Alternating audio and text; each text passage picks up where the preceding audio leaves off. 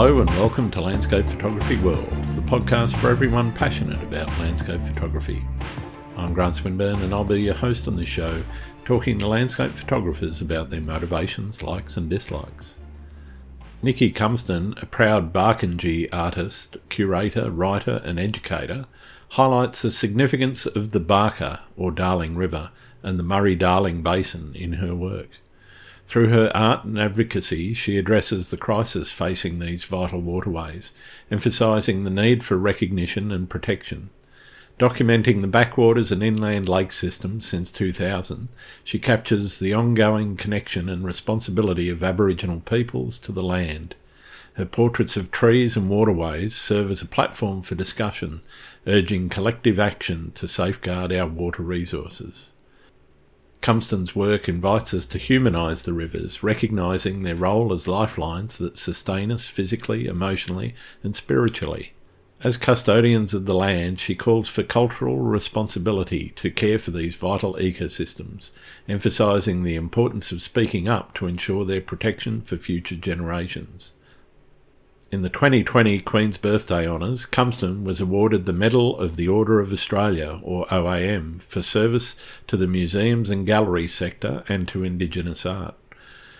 Through various projects, collaborations and exhibitions, she reflects on how photography serves as a powerful medium for storytelling, cultural expression and raising awareness about environmental and social issues. We also touch on the challenges and opportunities in photography today, including the impact of digital technology and the role of ethical considerations when working on sacred lands. I hope you enjoy the show. G'day Nici, welcome to Landscape Photography World. How are you going? I'm really well. Thanks so much for having me. It's an absolute pleasure having you on the show. I know you've had a long and varied career and it's not always been specifically landscape focused, but I'm interested, obviously, mostly in the landscape genre, Landscape Photography World being the name of the podcast. But we can talk about whatever you want, so don't feel restricted by that. Let's start with what photography means to you. What is it in your life? I'll just start by acknowledging that I'm here on the lands of the Kaurna people. I live in Yarrabildi, which is Port Adelaide, the land of sleep, which is an interesting way of thinking about where I live. I've lived here for over 24 years and my family are Barkandji people from the Barka, Darling River in far west New South Wales. But yeah, I think for me, photography it's about country, it's about place, and it's about me being able to make a connection to that place, to think about who walked here before me. And to try and capture an essence of who those people were and what those places meant to them. So it's really, for me, it's more about going to country that's either part of our own language group or a connection. There's a connection to that place. Sure. The river systems that travel all the way through Australia. Yeah, okay. I'm really interested to explore that and understand a lot more because for some reason, yes, there are, and I've spoken to a couple, there are a number of Aboriginal landscape photographers, but they don't seem to be very thick on the ground. And I'm really interested because the way that you make that connection to the people that came before and the place, because in Aboriginal culture, as I understand it, and I have a very small understanding of how a lot of place and the importance of the various places that, you know, family groups or clans or whatever you want to call them, countries distributed, those places mean something in both the mythology but also in the everyday life of people. And I'm really interested in understanding that a little bit more. For me, I grew up in Canada. Our parents moved when I was 5 years old and came back initially when I was 11, and then we went back again because my father was studying hospital administration. Australia didn't recognise his qualification when we returned to Australia, so he had to go back and do further study. And it's interesting because as a teenager moving to the Riverland of South Australia, it was a long way from the ice skating rinks and the life that I knew as a teenager in Canada. Sure. And so I walked around the backwaters of the river and I learnt to drive in those backwaters. And for me, it was a real place of solace. And it was the first place I went to when I wanted to explore my own photographic techniques more deeply. My father had been a radiographer and had dark rooms in some of the homes that we lived in the basements. And I would always be his dish girl doing the printing. I went on at high school and did a little bit more with one of the newsletter that we had for the school. Sure. Took photographs for that and developed them. But it wasn't until I left school and I studied nursing initially and then tried to get in to do, I did the enrolled course, tried to get in to do the 3-year registered nurses course and couldn't get in. And so I ended up traveling around Australia, and it was in Alice Springs. I went to Saturday High School for a nighttime course, black and white photography, and a friend lent me a camera. And so from my early 20s, I started to be a bit more serious about photography. Yep. But it wasn't until I came back to South Australia in my mid-20s that I then went to art school and learnt about the history of the world through art, studied fine art photography there. Okay. Yeah. And I guess, what is it that inspires you about the places that you're seeing with your camera, and what is it that sort of drags you back to those places? There's one particular place that I've spent a lot of time at in the Riverland, and there's the Cataraqui Creek National Park, which is a really beautiful location, and it's just behind the Gerard Mission, so the Aboriginal mission. Yep. And a lot of my friends at school were living at the mission and coming into Glossop to go to high school. Back in those days, I was spending time along those waterways with my friends and going yabbying and just spending time out in that beautiful country. But then I went back, it must have been around 2005, and there was a drought happening that was not only a natural occurrence, it was also a man-made drought through the over-allocation of water to certain groups of irrigators were taking more water than others. And that went on for about 12 years, that whole drought. But I was back out at Coe Creek and the backwaters, and there was one particular stand of trees that really stood out to me. And what had happened was some local Aboriginal people had rallied the local council to be able to flood that area so that the river red gums could regenerate, because the lack of water was causing all of the saplings were dead. And so this particular location with these beautiful trees was all flooded, and it was one of the most beautiful scenes just to hear the birds and to have that come back to life. There was controversy over it because it had cost, I think it was, $10,000 or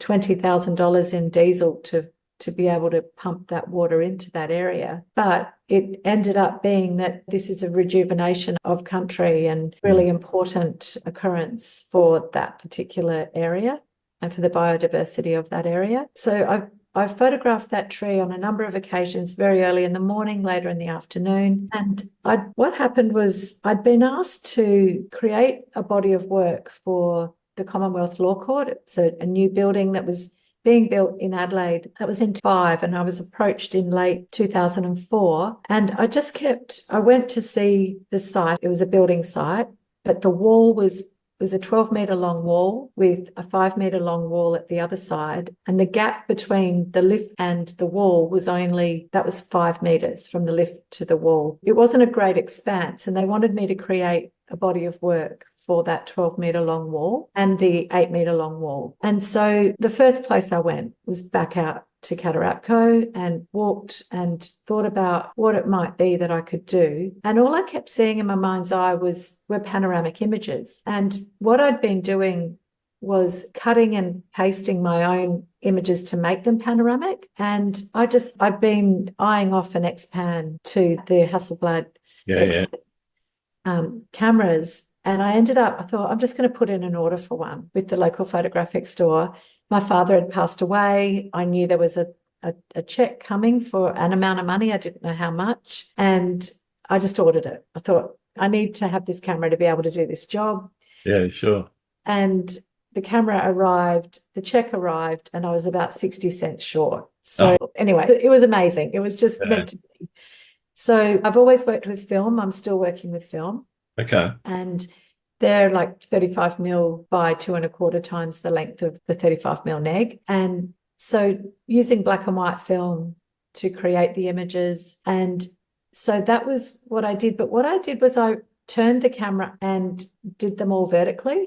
Okay. Because of the span of distance between the lift and the wall, I thought people won't read them. If they're coming out of a lift and they're the normal landscape format, you won't be able to read it properly. I did a series of 7 images so that you were walking along, and it was out at Eckert's Creek, just also in that same Murray River National Park. And it was as if you were walking along that creek and you got different views of the river as you went. Okay. And then on the end wall was that flooded gum. So that beautiful gum tree that was there in all its glory that morning that I first saw it after it had been flooded. And so what I did for that body of work was I enlarged them onto canvas and then hand-coloured them. Oh, wow. Okay.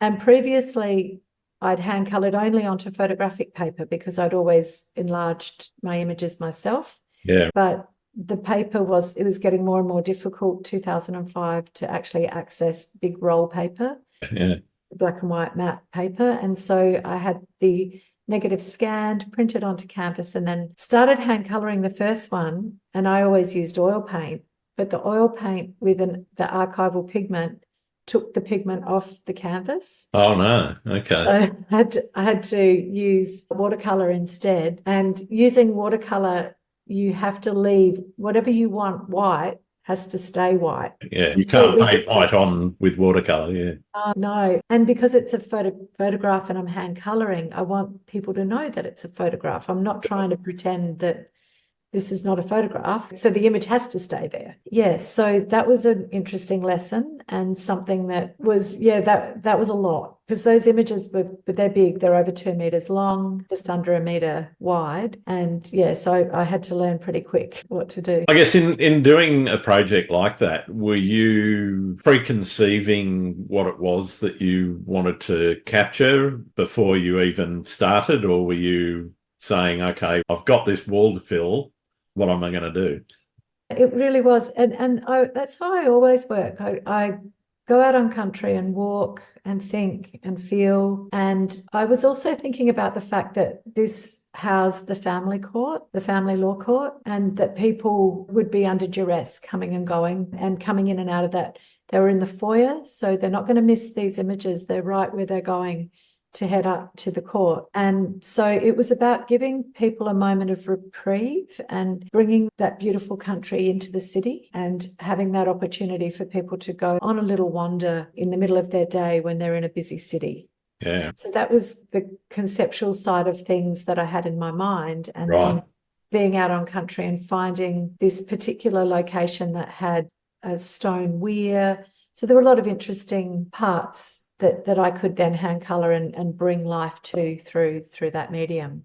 Yeah, cool. In terms of when photography became art for you, was that at art school or was it already forming into an art form as opposed to more documentary photography? No, I think it was art school. My dad took beautiful photographs of people. Mainly, they're the ones I remember and that I still have. He had a really good eye, and he also was a real people person. Yeah. But I think for me, my whole understanding of photography as an art was through art school, absolutely. And learning, as I said earlier, about the history of the world through art was just mind-blowing. I had no idea. And it's something that to this day, I can walk into any museum or gallery and feel at home and have a sense of what's going on and be by myself in whatever country in the world and be totally immersed in the culture and life through the museums and galleries that are in those places. Yeah, awesome. In terms of what inspires you, how do you stay motivated and how do you come up with the experimentation that you need to, like finding out that you couldn't use oil paint or whatever on the particular canvases. How do you come up with that stuff? And then secondly, because of experimentation, that means that there are going to be failures. And how do you deal with those failures when they occur? Thankfully, I haven't had too many failures. So that's a good thing. Yeah, but really for me, every project that I work on has a new concept and idea behind it. Yep. I did some work for the Shepparton Art Museum. Mm-hmm. They contacted me, the Friends of the Shepparton Art Museum commissioned me to make some new work for them. And so I went across on, I think it was 3 occasions, I went across to Shepparton and met up with 4 different lots of Aboriginal people, different groups of people through the Land Council, through the local Elders Association. And it was really interesting being able to meet people from that region, mainly people, to go out on country with one of the elders was one of the most amazing things I've been able to do in the Barma National Forest. And just to get a sense of their country and to have that honour to be able to photograph over there was really interesting. And so that was about me connecting with community, but then also me having my experience and what was it that really moved me while I was there. And one of the images that I created was the Mulyawonk. And the Mulyawonk is bunyip. It's like a bunyip type. And as a kid in Menindee, our Auntie Marie and my mum used to say that if you go by the river alone,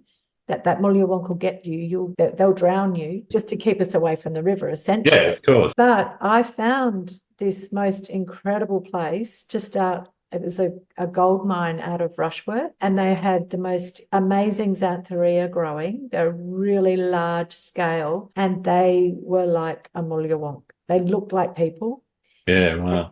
I was walking through that scrub with my camera and just focusing on all of these amazing forms and all of the bits that were coming off of them with all the sap and that oozes out of the xanthorrhea, which is used as a glue. When it's heated up, it gets really soft and you can use it to bind things like axe heads to spears, for example. So that country was just amazing. And I was out there in amongst it photographing, and the little tiny, beautiful little wallabies, that was where they were resting in amongst. So when the first one ran out of the bush, it just scared the life out of me.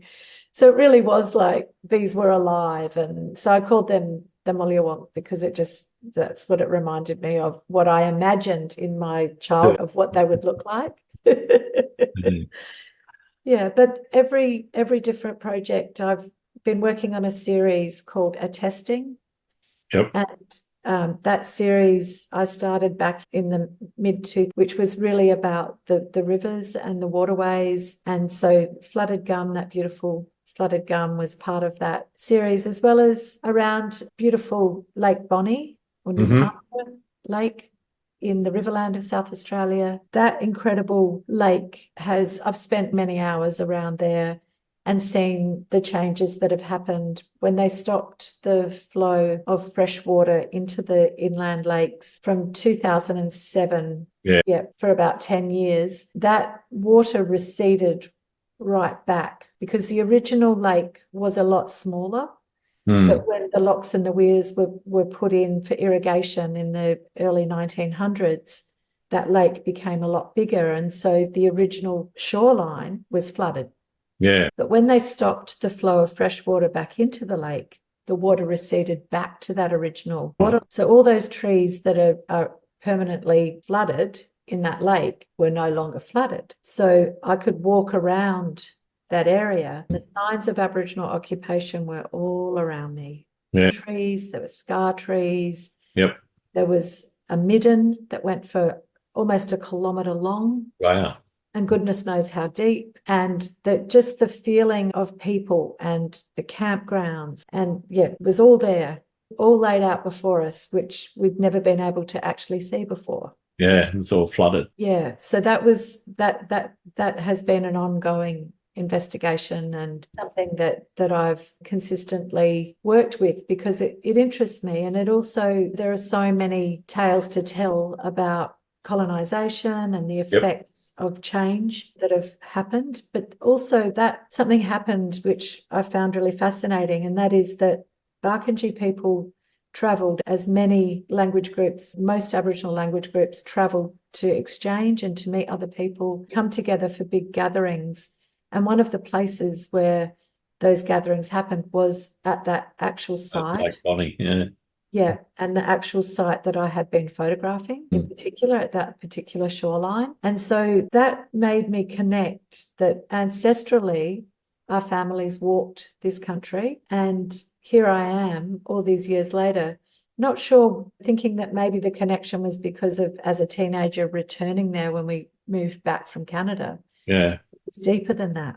Yeah. And so that's where my inspiration comes from. It's from me walking the country, feeling it, listening to it. And there are signs that happen if I'm in the wrong place, things will happen. Like at that particular site, I was walking further to the western side, and I'd been walking for probably nearly an hour. And there was a tree that I was interested in looking at that had been exposed. And I got to the tree, I photographed the tree, that was all fine. And it was a big birthing tree. And then I went beyond that for about another probably 10 minutes. And out of nowhere, the wind whipped up, the sand was flying around. And so I had to protect all my stuff and just thought, okay. So I turned around and went back, and it just completely stopped. Wow. Then years later, I find out that was a men's site, not far from where I was. Right. In a bit, like inland, a bit away from the water.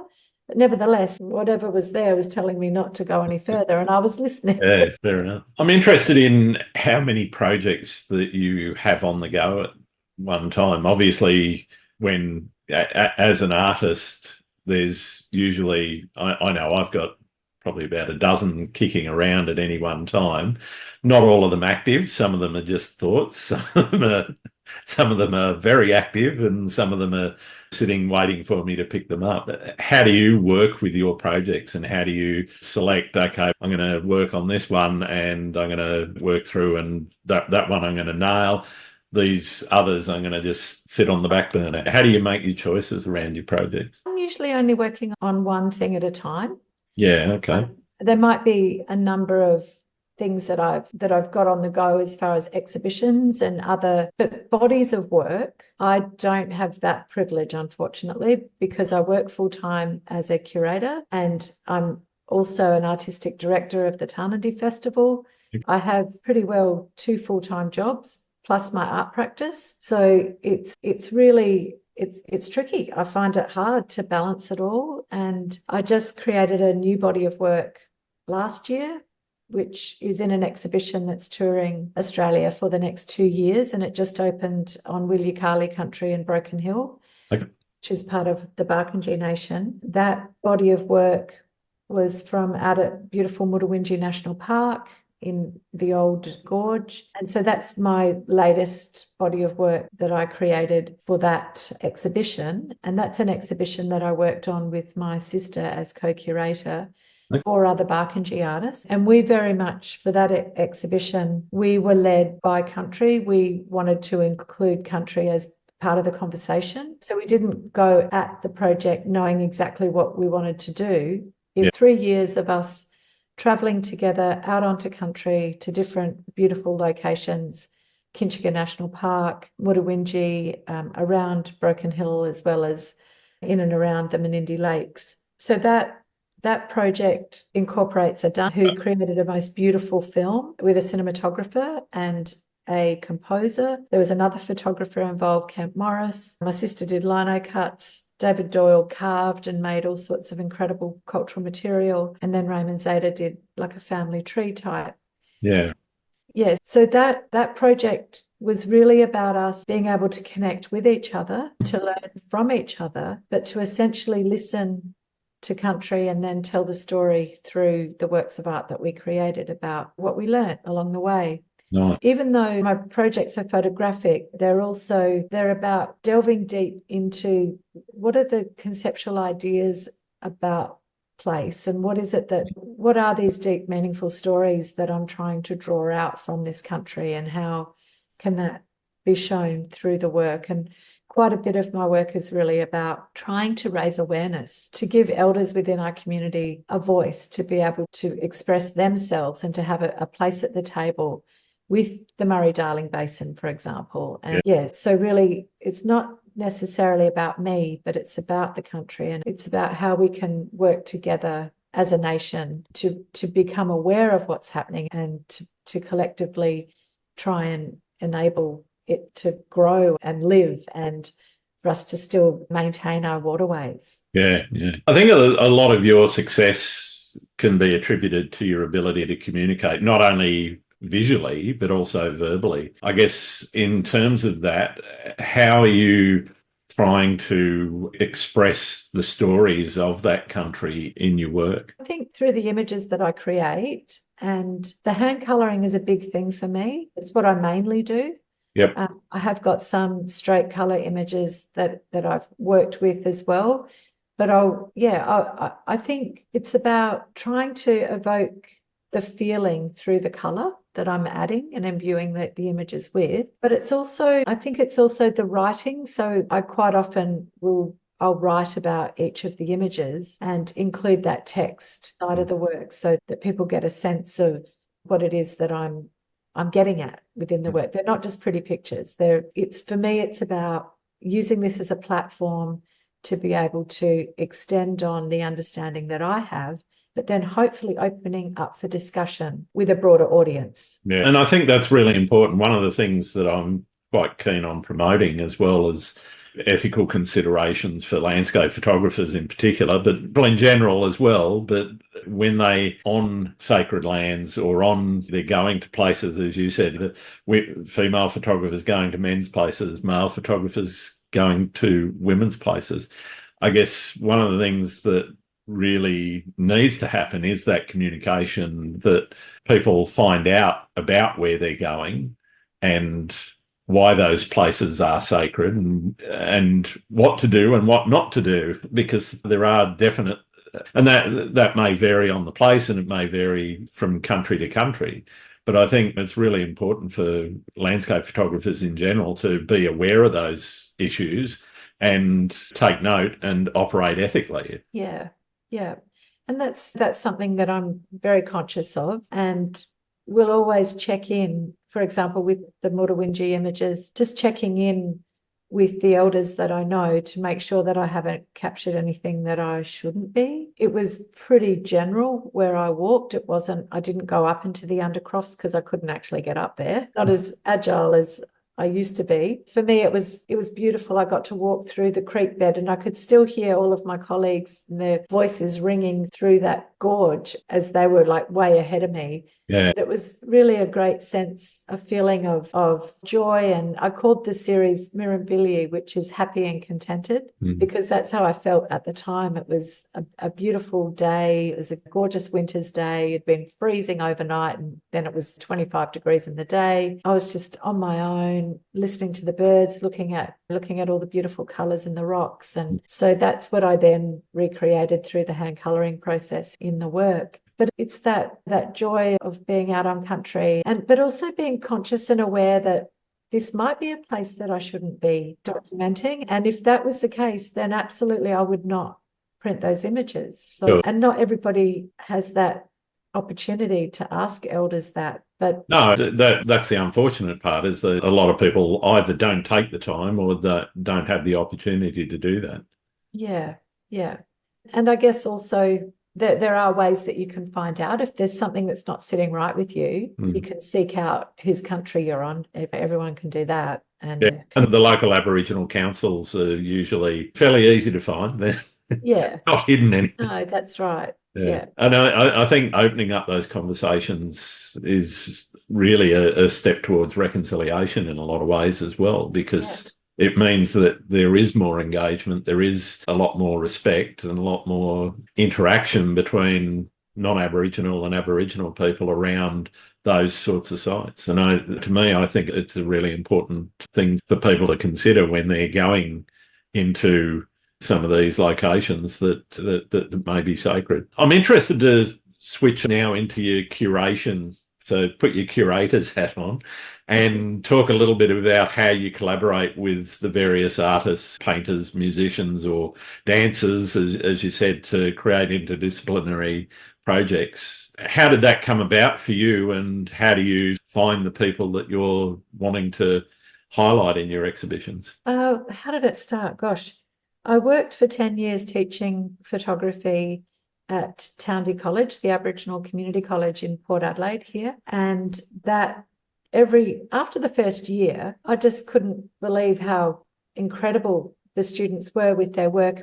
And so together with the other art teachers, we thought, let's have an exhibition at the end of next year. Nice. So we negotiated with Tandanya, the National Aboriginal Cultural Institute in Adelaide. And so at the end of each year for 9 years, we had the most fantastic student exhibitions, Towndy student exhibitions, and work was acquired by the Flinders University, Museum of Art, Adelaide University. Really, they just did so well. Then that course was changed. So it was an advanced diploma in applied and visual art, and it went down to the certificate 4 or something. It just went right down, killed it. So I was heartbroken and really didn't feel like I had a place there anymore. And so I ended up going to the University of South Australia, and I wrote a course for them, Indigenous Art, Culture and Design, that to all of the undergraduate visual art and design students. Did that for 2 years, and it was a lot of work because I was between 2 different faculties, the Fine Art School, SA School of Art, and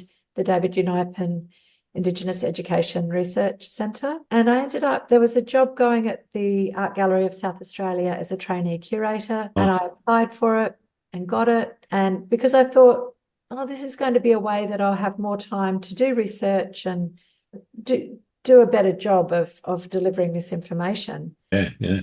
Yeah, I had high hopes. No, it's been great, but it has been the steepest learning curve I've ever been on in my life. Yeah. But I've been there 16 years, so it's a long time. And the galleries taught me a lot, and they've had great faith in me. One of the first things that I did was I was the coordinating curator for the exhibition Culture Warriors, which was curated by Brenda Elcroft from the National Gallery of Australia, touring to many different cities, and we were the first stop. And I learnt so much in that 2 weeks installing that exhibition.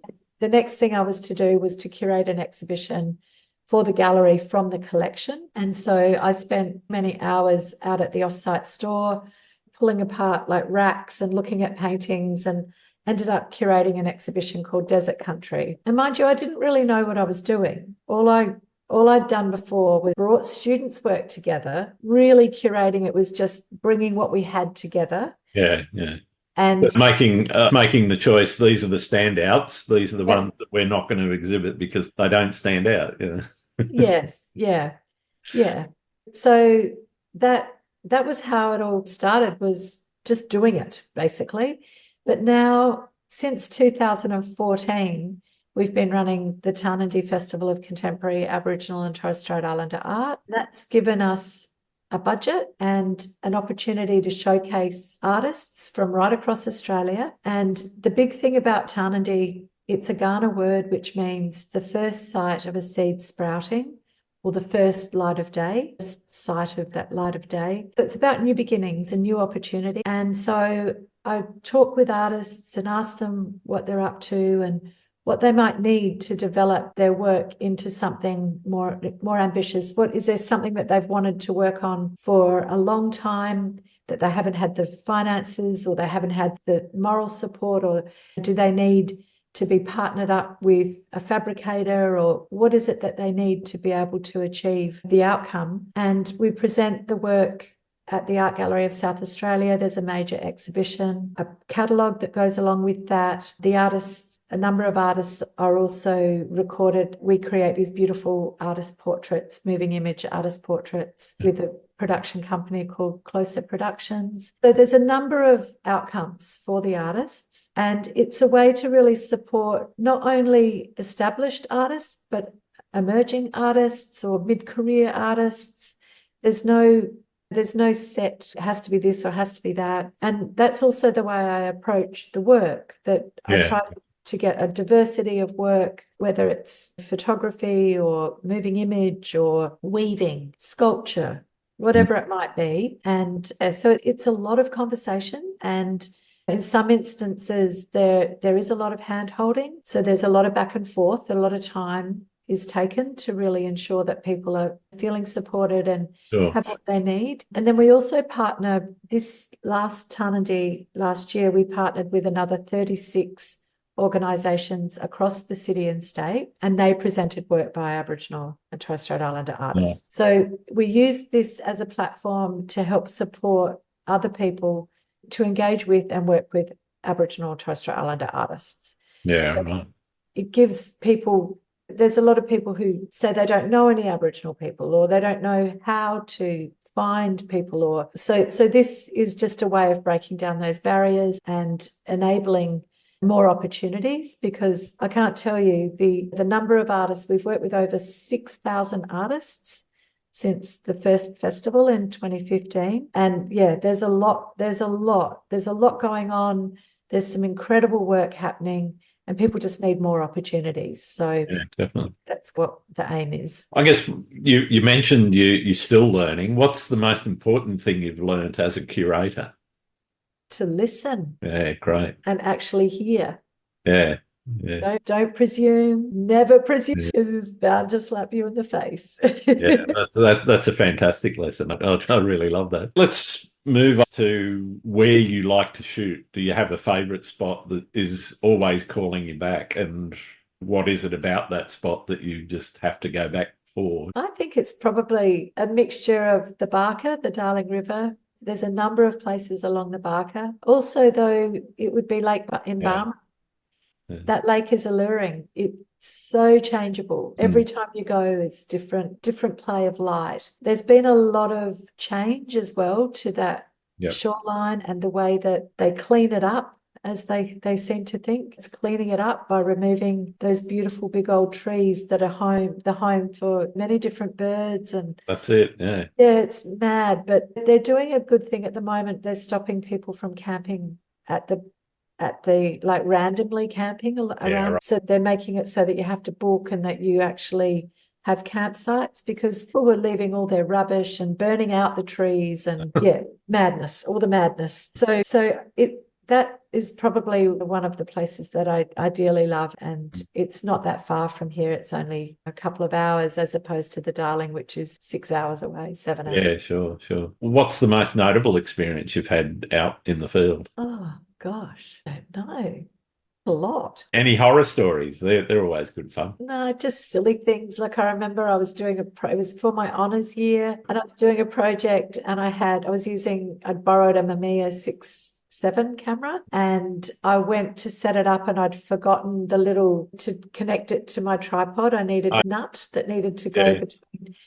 I couldn't find it anywhere, and I was thinking, I can't believe this. I've just travelled 2.5 hours, and I had the day before, and it was a long way to go back home to get that part. And I just went into the local camera store, and thankfully they had one.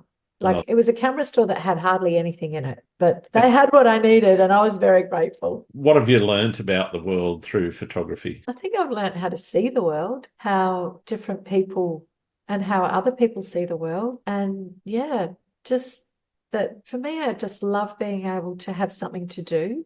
Yeah. On my own, walking in the bush. I love that opportunity that it gives me to be creative and to be able to be doing something positive and affirming. And I feel like a sense of accomplishment through doing it. So it's really given me that sense. Yeah. What do you like in terms of planning for a shoot? Do you spend a lot of time? Do you just go out and say, all right, conditions here look good, so the weather forecast looks about right, I'll go and set up there? It's one of those things that I have to plan it with work to be able to book it in to go away. And so it's quite often I'll book myself in somewhere so that I'm close to where I want to be early in the morning, and then I can go back later in the afternoon. And I will have thought about the actual place, but I haven't always been there yet.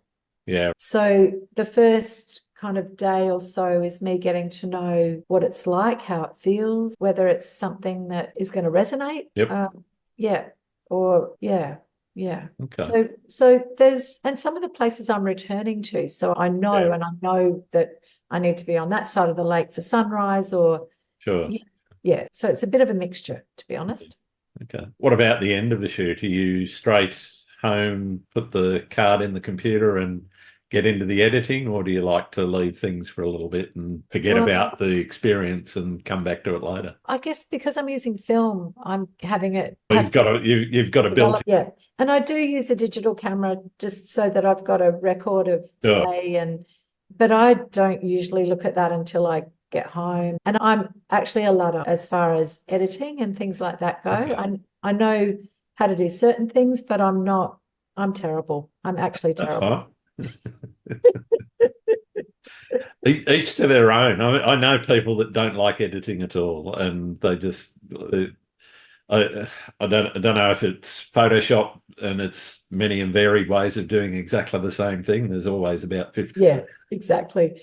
And that scares some. To be honest, if you understand how it works, take the time to understand it. It's not that scary. No, and I've done a lot of different people trying to help me and support me, and it's actually just not my thing. And yeah, I get it. Yeah. And if I can have that basic understanding and do what I need to do, that's enough for me at this stage. Maybe one day I'll have more time and I'll be able to spend the time learning. And I've got a really good friend who comes home from the US every year at Christmas, and every year she tries to convert me to go digital. It's hilarious. Stick with the film. It's working. I think. I guess the question is then: are you doing your own developing in your own darkroom, or are you sending it off to a lab? Or I send it to a lab, and I've got a wonderful young woman in Melbourne who scans the negs for me, and then we use the digital file to print from.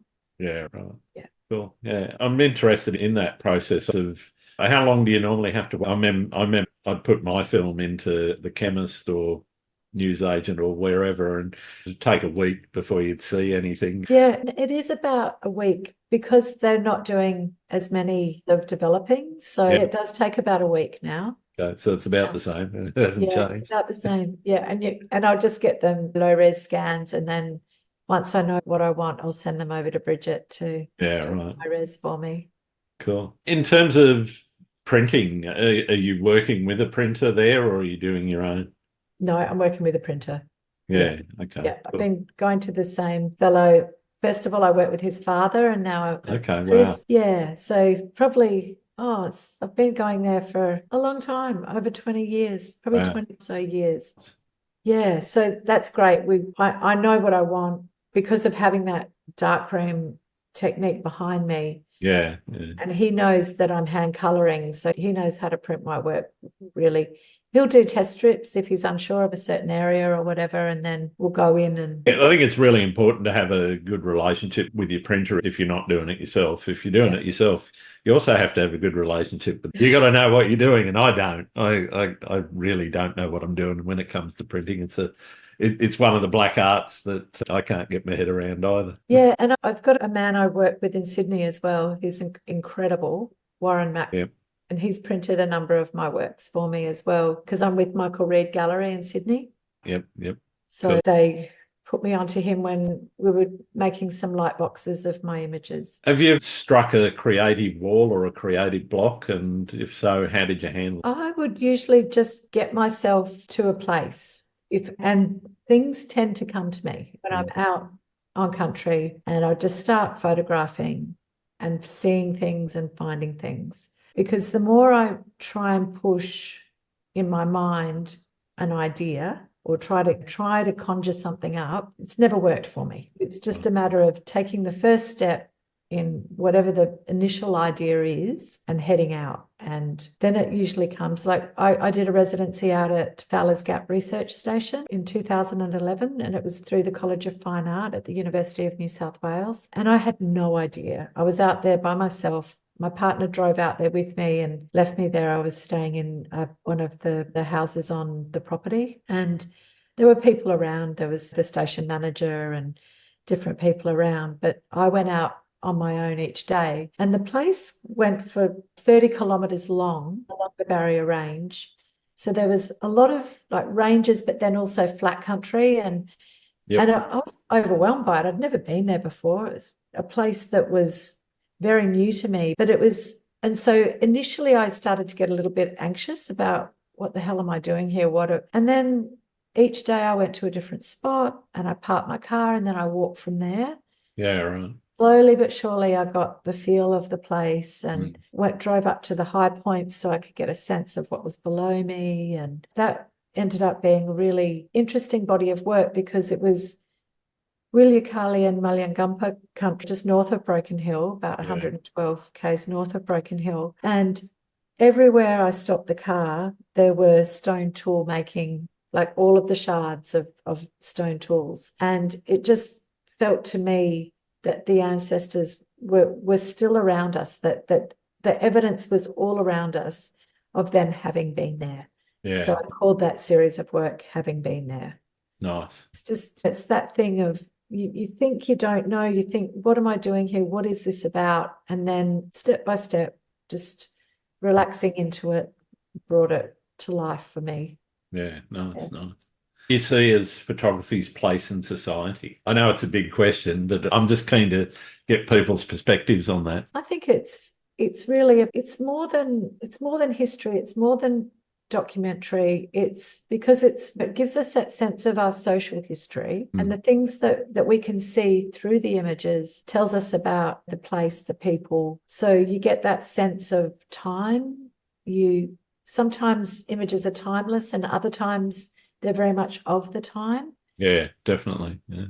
Yeah, and I think photography is so important for us to be able to connect and to be able to have a record that we can refer to, that not only personally, but also through other people's photography. Yeah. Just thinking about family history and absolutely. And looking at those images that tell so much about our ancestors and about the people who came before us that we may not have ever met. But just recently in Broken Hill, one of the men at the mosque, Bobby Sham, showed me an image of our family moving a house on a jinka. Oh, wow.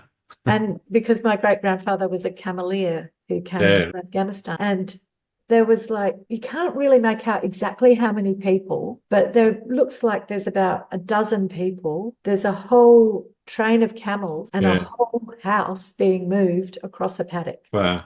Just to think, wow, can you imagine doing that? And why were they moving the house? What was wrong with where it was? yeah, just what that conjures up and what that tells you about the people that were my grandfather and my uncles and people who I never got to meet, unfortunately. Yeah, amazing.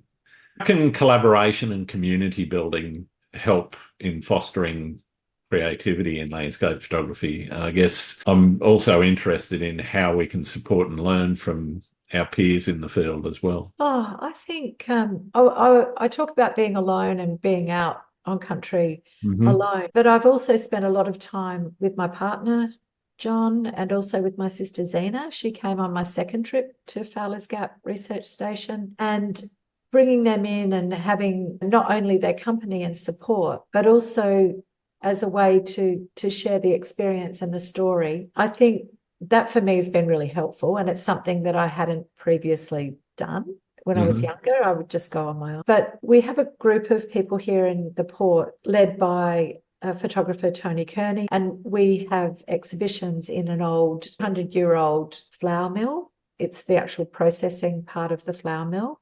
Yeah. And they're just fantastic exhibitions that he curates. He does 2 a year, and one is based on analog photography, and the other one is an art exhibition, and it's based around a word that is something that describes the port. So we've had tar, rust, smoke, number of different titles, and that has really given us all a great sense of community and to have the support of each other, that we all collectively have this outcome that we want to achieve. And the place is full of pigeons and rats. When we're not in it, you have to get in there and clean it all out, set up the lighting. It's a big deal. It's a lot. And then we each have to sit it while it's open. But just a lot of these artists are photographers. Yeah. And so it's been really community building, and just it's great to collaborate in that way on the actual exhibition. But I think that as a society, to be able to support each other and have ways that we can enable each other, compete against each other, but actually enable each other to do good work. Yeah. I think that's really important. Absolutely, absolutely. Speaking of etc., what do you see as the biggest challenge facing photographers right now? Dare I say it? AI. Yeah, everyone talks about that being a big challenge. But I don't know. I guess I haven't had a lot of experience with it, a little bit through the Ballarat International Photo Biennale, which I joined the board of last year. And we're also developing the National Centre for Photography. So that's something that's really given me great insight, I think, as to how a festival like that operates and how it's very inclusive of people from all over the world. But I think within Australia, it's like a lot of opportunity. It's about finding the opportunities that suit your own practice. That's the way to do it, obviously, but it can be challenging, especially. Yeah, definitely. Yeah. So I guess, I don't know. That's a big question. Where do you see the future of photography going? Another big question, but that's yeah. I think there'll always be a place for it. And I don't know about the whole way that digital images, they look great on your phone and they're so instant, you can share them with everyone. It's the thing of how does any of that actually have a life? And like, how is that image going? Is that going to be available in 10, 20 years' time for my nephew to be able to see that image of that house being moved on a jinka? I guess that's something that I wonder about for the future, and whether, I don't know, digital, that'll change. Everything will change about the way things are stored and accessed. And I've got to agree. I love to print, and I usually make photo books instead of creating the old photo albums. I've got behind me in the bookcase down the bottom, it's anchored by about 1.5 tons of old photo albums, old school photo album. But I've taken to printing a book every so often whenever I feel like it. I can fill it with enough shots. And it's not, some of them are just holiday snapshots. They're not all art pieces, but there's some art pieces in there. And for me, that's something for my children and grandchildren or whoever comes after to be able to have and say, oh, well, that's what he did. Yeah, no, that's great. And I think that's important. And I think that's what I like to make books. I haven't made a lot of books, but when I do, it's fun. And it's something, we did that actually for the Naracha, for the exhibition that I just opened in Broken Hill with my sister. Each of the artists made a book about family and connection to place, so that when people come into the exhibition, they get a sense of who we are and how we're connected with each other. Yeah, we just did that online, but there's some great results. Oh, definitely. Yeah. What's the best or worst piece of advice anyone's given you? I think the best advice was, I had a dear friend who's passed away now, and he led me on my first big photographic project, which was called Nakandi Look. It's a Kaurna word, means look. And it was photographing Aboriginal people to break down stereotypes, really. And it was 1999 that we did the project, and he led the way. It was the funniest thing. We were in a meeting at the State Library of South Australia, and I had only met him in the meeting, like just walked in and, this is Andrew, this is Nici. And they said to us, so you're going to do this project. How many images are you going to create? And he said 100. And they said each. And I said no, together. And he looked at me because he was thinking 100 each. But the thing was, we only had 3 months. And I know how hard it is to work with community, and that we didn't have 100 people lined up to have their photographs taken. So it's not really advice, but it's just something that happened that it was quite funny. But he also guided me every step of the way. He was someone that was really meticulous with organizational skills and recording and making sure that every single image, we asked the artist, the people involved, to write a statement about their work, about what it was that they wanted the audience to know about them. So that was lovely. And that was all recorded. It was all kept really neatly. And there were folders. There was all the things that I was scatty. Things were everywhere. But he taught me how to be organized and to really manage my images once they were developed, once they were scanned. So he really advised me every step of the way and how to be professional with the content. And I owe a lot to Andrew Dunbar. He's an amazing man. Fantastic. What's the best advice you could give someone starting out in landscape photography? Have fun, feel it, sense it, and try and capture it from that perspective, and really honor it and respect it and acknowledge whose country you're on. Find out whose country you're on. That's important. That's lovely. Thank you. We're going to have to wrap up shortly, so I'm going to ask you who else I should be talking to on the podcast. Oh, I was wondering about Michael Jalaru Torres. Okay. He's from Broome in WA. Amazing photographer who he started a group called Black Lens Photography. Great. Yeah. And he's a really wonderful man. Also, I wonder about Narelle. I haven't spoken to Narelle yet. Yeah, she's amazing. She's got a show on at Michael Reed at the moment. Cool. And who else did I think of today? James Tyler. He's a Ghana artist, really interesting photographer who might be someone you'd like to speak to as well. All right, fantastic. Thank you very much. I've got one more question, and it's a very important one for many people in the photographic community.